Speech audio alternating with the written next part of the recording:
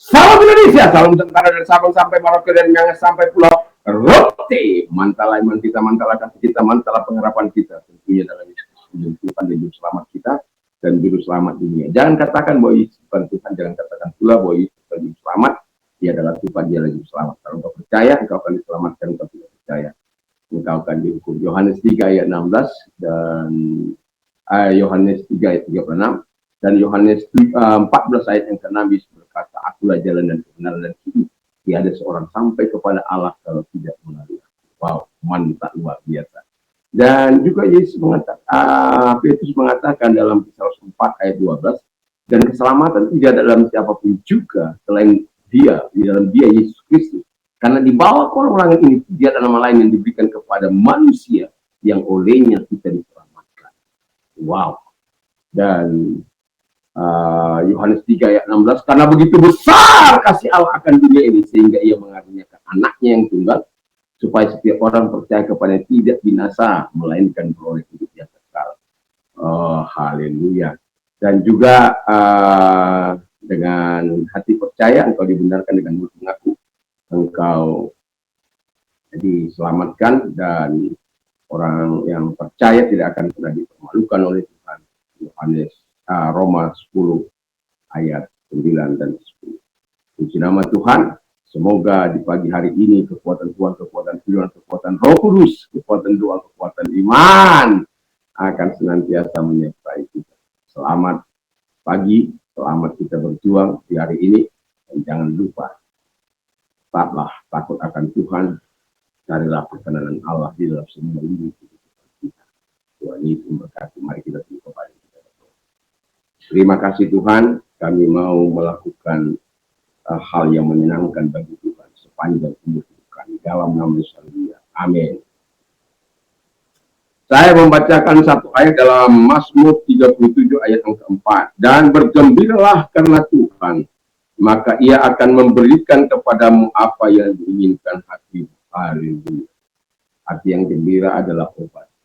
Tapi semangat yang patah merumukan tulang-tulang kita. Itu sebabnya pemazmur mengatakan dengan jelas di pasal 4 ini, bergembira karena Tuhan, maka ia akan memberikan kepadamu apa yang diinginkan hatimu. Dan tema kita, to take delight in the Lord. Menikmati kesukaan di dalam Tuhan, atau menikmati kesenangan di dalam Tuhan. Kesenangan jangan dalam tanda petik, jangan dibuat menjadi sesuatu yang kabur. Dan kesenangan adalah kesenangan yang dianugerahkan Tuhan kepada kita. Nah, kalau kita mau menikmati kesenangan atau kesukaan di dalam Tuhan, kita harus entrusting everything to God, to His control and guidance. Jadi kita harus mempercayakan segala sesuatu kepada Allah untuk dikontrol dan dikendalikannya, atau dikendalikan atau dituntunnya atau dibimbingnya, bolehlah ya.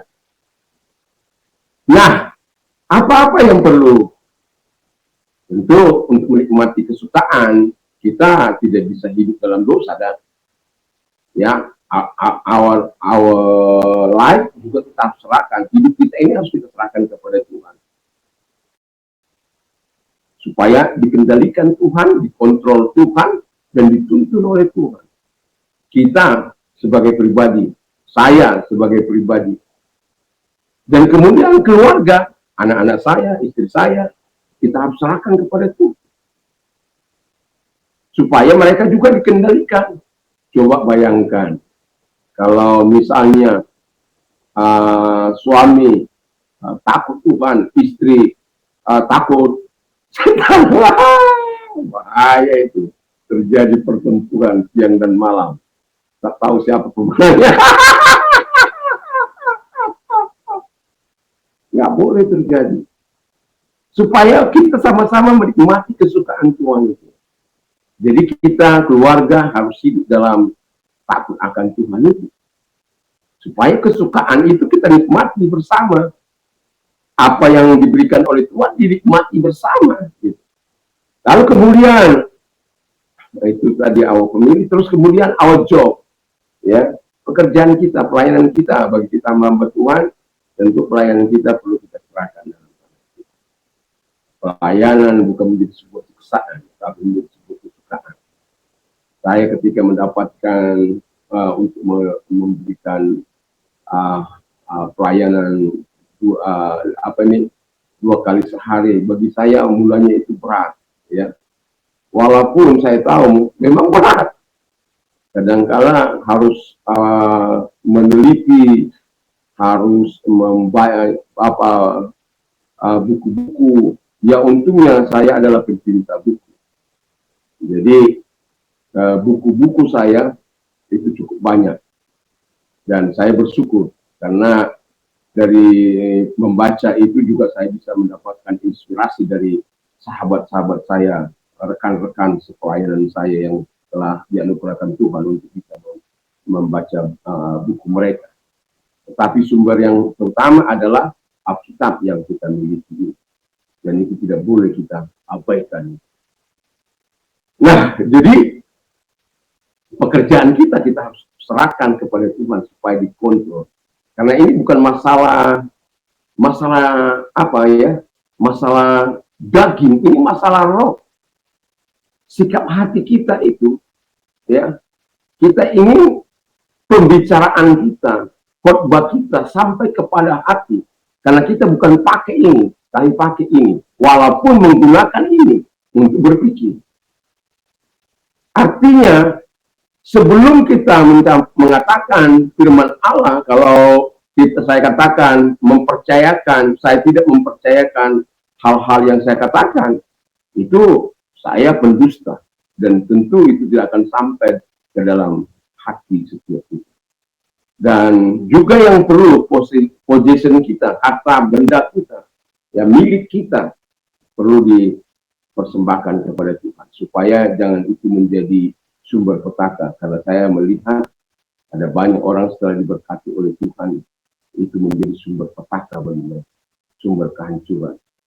Anak, narkoba, istri ditinggalkan, bermain dengan perempuan, dibiarkan menderita dan lain sebagainya.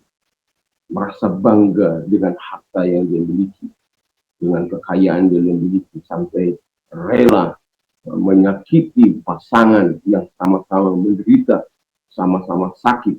Tapi ketika diangkat derajatnya oleh Tuhan, justru orang yang tidak menderita yang menikmati, justru yang menderita ditendang dan dibunuh. Terlalu, apa Mak Irama, terlalu, ya. Ya. Yang kedua, kata firman Allah, ya, jadi itu perlu kita serahkan dalam nikmatilah kesenangan besar dari Tuhan, ya.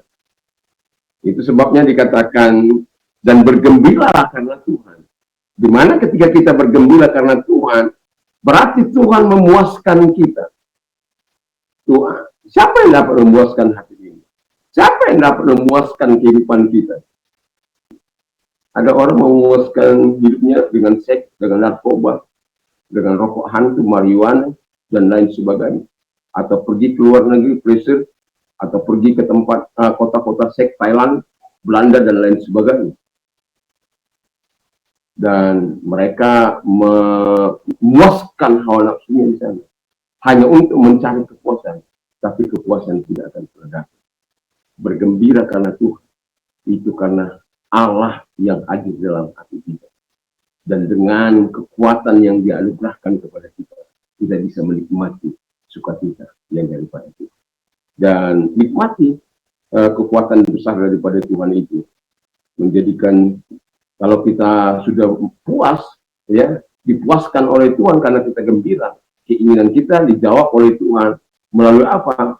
Kita tidak lagi, mungkin kalau saya tadinya mau minta ini dan itu, karena ketika hati saya sudah mulai puas, sudah puas dalam Tuhan, saya akan mengutamakan keinginan Tuhan untuk saya lakukan. Dan yang ketiga, saya akan menyelaraskan keinginan saya dengan keinginan Tuhan. Nah, ketika keinginan saya selaras dengan keinginan Tuhan, maka ya apa yang tidak dia kabulkan oleh Tuhan pastilah. Dan untuk menyelaraskan ini perlu kita dengan tekun berdoa di hadapan Tuhan Bapa di surga. Untuk menyelaraskan ini kita perlu kekuatan Roh Kudus, kekuatan firman, kekuatan Bapa, kekuatan Yesus. Dan biarkan kuatnya, saya sering katakan ini kuatnya Tuhan itu ada, karena ada di situ strength, ada di situ ability, kemampuan, ada di situ power, ada di situ tenaga, energi, ya, force, ya, dan tenaga. Dan itu sebabnya kepada kita sebagai orang percaya, minta kuatnya Tuhan itu dan salomnya Tuhan. Dan ketika salomnya Tuhan ada, kita tahu ada welfare-nya, ada apa itu, damai sejahteranya, ada apanya lagi dua lagi itu, ada completeness-nya, kesempurnaannya, dan ada health-nya. Jadi ada kekuatan kesehatan daripada Tuhan. Makanya kalau orang katakan salom bagimu, terima langsung, mantap gitu. Ya, ada salom. Karena mungkin bagi dia salom ya tadi asal itu hanya sapaan. Kalau enggak tahu arti salom yang sebenarnya, betapa dasarnya engkau sebenarnya. Tuhan Yesus memberkati kita sehingga dengan segala apa yang sudah dianugerahkan Tuhan kepada kita, dan biarlah kita menikmati kesukaan di dalam Tuhan tanpa harus bersebelahan dengan Tuhan. Justru menyelaraskan hati, pikiran kita, perkataan kita, dan perbuatan kita dengan Tuhan yang maha baik itu. Mari kita tunduk kepada kita berdoa. Terima kasih Tuhan, saya mau menyelaraskan hidup kami, saya mau menikmati kesukaan Tuhan itu yang memang sudah Engkau berikan bagi kami, supaya sukacita kami menjadi sempurna. Terima kasih. Dan kalau engkau sakit apapun sakit penyakitmu, percayalah dia adalah tabib di atas segala tabib, dokter di atas segala dokter. Di dalam nama Tuhan Yesus Kristus, segala sakit penyakit yang mereka minta, oh ya, arahkan tanganmu kepada Tuhan dan percaya dia bisa hadir menjamah engkau saat itu. Dan lihat Tuhan, tangan-tangan yang diarahkan kepada, datanglah kepada mereka. Karena engkau tidak mengenal jarak ruang maupun waktu, engkau bisa datang saat ini juga kepada mereka. Dan itu sebabnya tumpangkan tangan mereka dalam nama Yesus. Segala sakit penyakit yang mereka derita keluar, dan oleh bilu Yesus engkau sembuh. Terima kesembuhan Tuhan, terima kebaikan Tuhan. Oleh bilunya, oleh kuasanya, engkau telah disembuhkan. Terima kasih Tuhan. Dan kalau engkau sudah mengalami masa-masa sulit, serahkan diri kepada Tuhan dan angkat kedua tangan. Kami selalu akan percaya pada Tuhan di tengah-tengah keadaan kesulitan kami. Kami tidak lari kepada siapa-siapa, sama seperti wanita janda seorang nabi yang datang kepada Tuhan dan Tuhan memberkatinya. Bagi Tuhan selalu ada mujizat di tengah-tengah kesulitan apa. Terima kasih, selama kami percaya, selama kami taat, kami akan melihat kebaikan ini. Mujizat demi pertolongan. Dan itu sebabnya kalau engkau orang yang didoakan, arahkan tangan kepada Tuhan. Lihat tangan-tangan diangkat kepadamu, diarahkan kepadamu, dan engkau yang telah berjanji untuk memberikan solusi, memberikan jalan keluar, lakukanlah itu Bapa di surga. Sebagaimana firman berkata, berserulah kepadaku pada waktu kesesakan, aku akan meluputkan engkau dan engkau akan memuliakan aku. Dan kami percaya, kami sudah berseru kepadamu di waktu kesesakan kami, dan engkau pasti meluputkan kami dan kami akan memuliakan. Terima kasih, kami bersyukur dalam nama Yesus. Amin. Puji nama Tuhan, selamat kita beraktivitas di pagi ini, dan jangan lupa biarlah kita tetap dapat menjadi terang Tuhan di tengah-tengah dunia yang gelap ini, dan dengan memberikan tanda-tanda peringatan atau terang yang memberikan arah kepada dunia ini, dan juga Jadilah garam yang mencegah pembusukan, yang memberikan pemurnian, dan juga yang menjadi kita rasa yang enak karena kita ada di tengah-tengah dunia ini. Kiranya Tuhan Yesus memberkati kita, dan saya mengucapkan mantap, mantap, mantap.